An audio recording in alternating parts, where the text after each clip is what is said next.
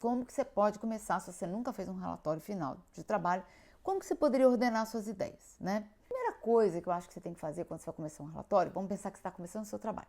Primeira coisa, o objetivo final do seu trabalho, né?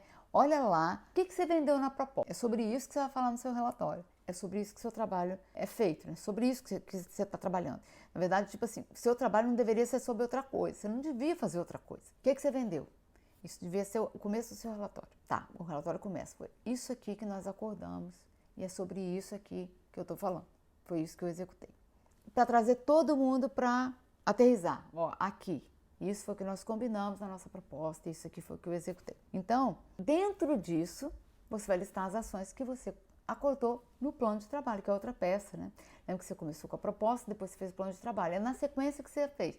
Então, as ações que você executou, porque pode ser que não foi bem como você planejou, que pode ter tido alguma mudança, vai listar as ações que você executou. Porque aí o cliente lê e fala, ah, sim, só para ele lembrar. O que foi combinado? Ah, foi combinado isso. Ah, as atividades foram essas, só para ele lembrar. Porque às vezes também quando a gente olha no relatório, a gente não lembra, mas ele pode passar para frente. Se ele já lembrar, isso é uma sessão, ele pode passar para frente. É interessante também você colocar a metodologia que você usou, para ele lembrar. Se você envolveu ele no trabalho, ele lembra. Ele vai ser uma coisa, lembra da história que eu falei? Que ele entendeu o trabalho. Mas, dependendo do tamanho do cliente, dependendo do grau de interesse dele de se envolver, talvez ele não tenha muita consciência. Então, dentro do nível que você puder, você vai colocar a metodologia que você usou. Aí depois, a parte onde você vai executando durante o trabalho, que você vai comentar os pontos de atenção, as coisas importantes para ele, que você percebeu enquanto que profissional, como profissional, coisas que você viu, que você acha que são dignas dele ficar atento, coisas que você acha que você pode trazer uma recomendação, né, de melhoria, uma coisa que você acha que pode ser relevante. Nesse momento aqui, seriam as recomendações e pontos de atenção que você tem para ele, né?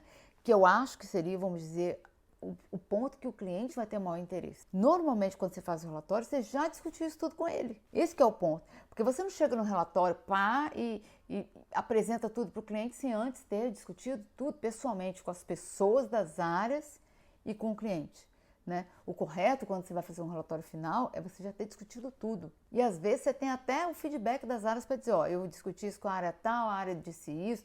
Por quê? Porque não tem lógica você entregar para o cliente um relatório final que você nem sabe. Vamos supor, só para você ter uma ideia.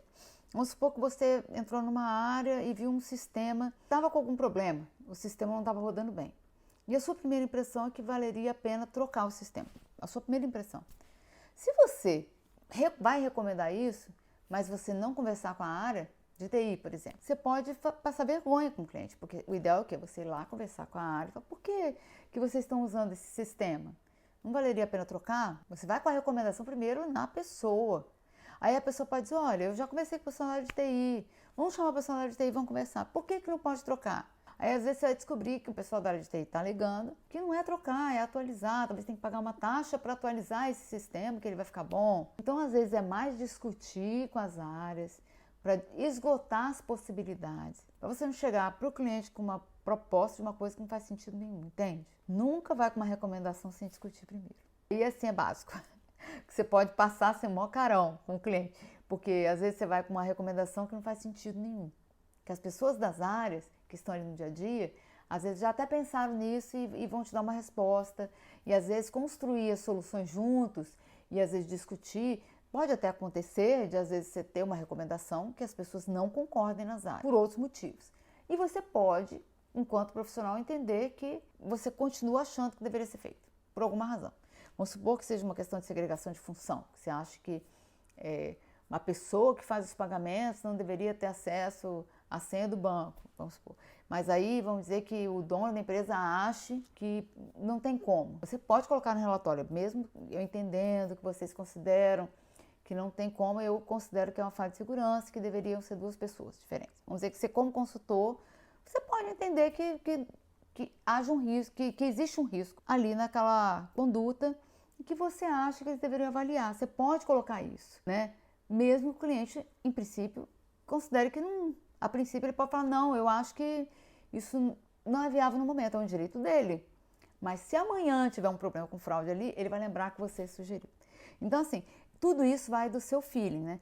A recomendação é uma questão de, assim, você esgotar as possibilidades com o cliente, sempre tentar alinhar com ele. Se chegar num ponto que você, enquanto profissional, entender que, apesar do cliente pensar diferente ou por alguma razão ele não concordar no momento, achar que não é viável para ele, mas você se sentir desconfortável de não colocar, você coloca a sua recomendação, colocando que o cliente nesse momento entende que não é o momento ainda.